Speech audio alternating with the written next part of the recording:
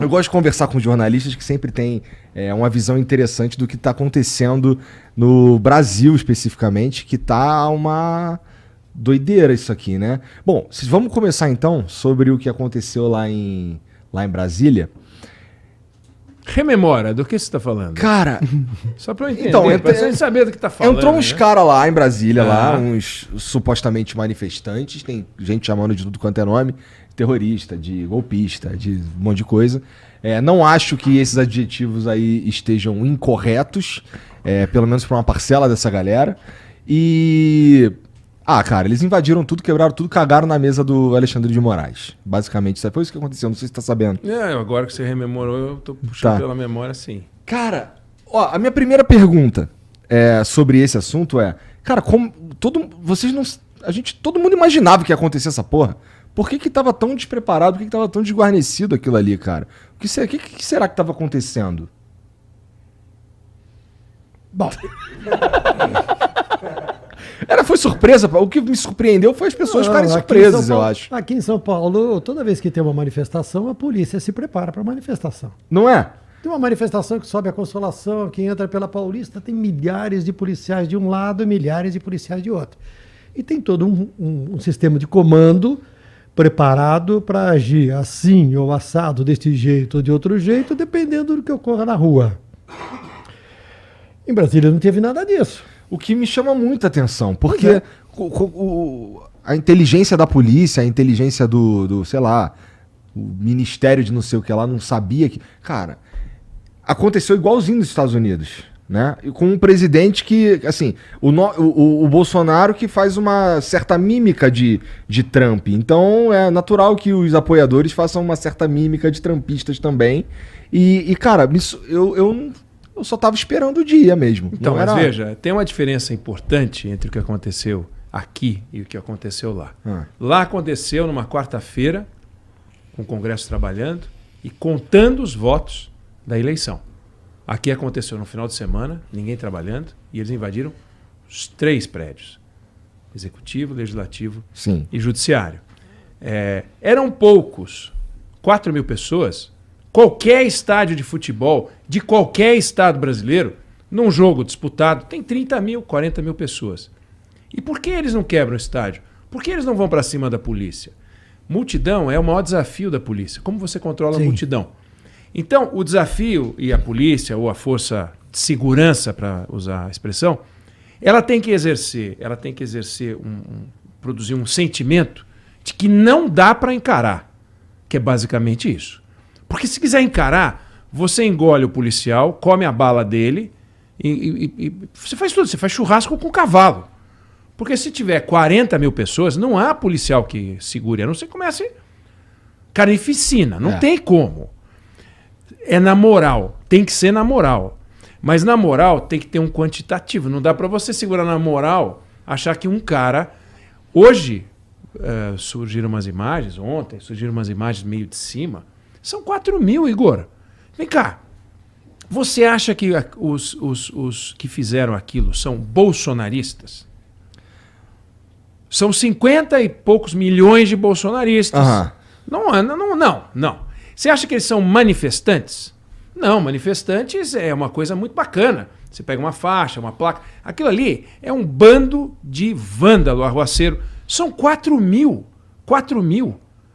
4 mil pessoas. 4 mil pessoas é nada. É nada. Não dá para você falar o seguinte, é a voz do povo. Que povo? 4 mil pessoas, que ele é povo. Não é povo coisa nenhuma. Bando de arruaceiro, que foi para fazer arruaça. 4 mil, eram 100 ônibus, né? Que eles se deslocavam. 100 ônibus, você bota 45, 50 pessoas, já dá 5 mil. Isso aí dá 5 mil e não passou disso. Então, a hora que você chega nesse número, é claro que todas as forças de segurança sabiam. A ABIN avisou para mais de 40 diferentes destinatários.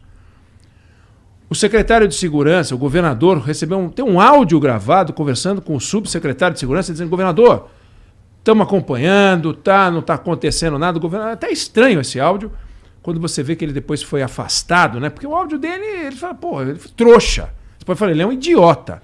Mas agora, se imbecilidade começar a afastar a gente, nós estamos fritos, né? Porque o que tem de idiota circulando por aí é impressionante.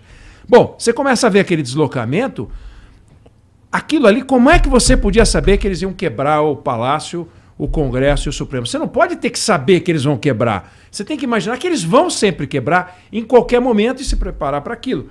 E aí você viu que era um guardinha a cada 5 espaços de guardinha, né? Tinha um aqui, um ali. No informe do setor de inteligência, divulgado 2 dias antes para todas as autoridades, havia um relato de que a situação é alarmante. As frases que são ditas no acampamento são agressivas. Vamos invadir, vamos tomar, vamos fazer o poder, vamos mudar o poder do país. Exato. E aí, a hora que eles estão chegando, tinha um cara lá que ele jogou pimenta como se estivesse temperando vatapá. Porque era o máximo que dá para temperar o vatapá. Psst, o que você vai fazer com aquele pimentinho ali? Coisa ridícula. Ridícula. De repente, se você tiver um patrocinador de pimenta, vai ser mais ardida do que aquela ali, né? E aí, o que ele ia pegar? Se pegasse aqueles tacapinhos lá pra bater, o que eles vão fazer com aqueles negócios? Não tem o que fazer. E aí fala assim, não, a polícia não fez nada. Aqueles policiais lá foram heróis. O que deu spray, herói. Porque para os caras pegarem ele e cobrir de porrada, submeteram os policiais a cavalo. Você viu a cena? As imagens. O que é aquilo, gente? É um negócio horroroso. Então, não tinha realmente condições de enfrentar a multidão e não precisava de muita gente. Cadê aqueles blindados que a gente via, que jogam aguinha?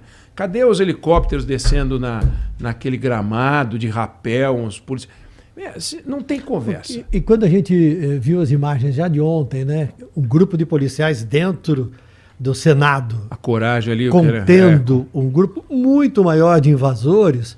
Você vê que os policiais preparados, com escudos e com bombas de gás e spray de pimenta, eles seguraram uma onda alguma coisa, né? Pesadíssima. Seguraram uma onda pesadíssima. Eu me lembro há alguns anos, num jogo do Corinthians, que a torcida do Corinthians tentou invadir o campo para brigar com os jogadores. Ah, essa cena é impressionante. Você lembra que um grupo de PMs, não tinha mais do que 10 PMs preparados. Eles seguraram o portão do Pacaembu. Agora, na moral, né?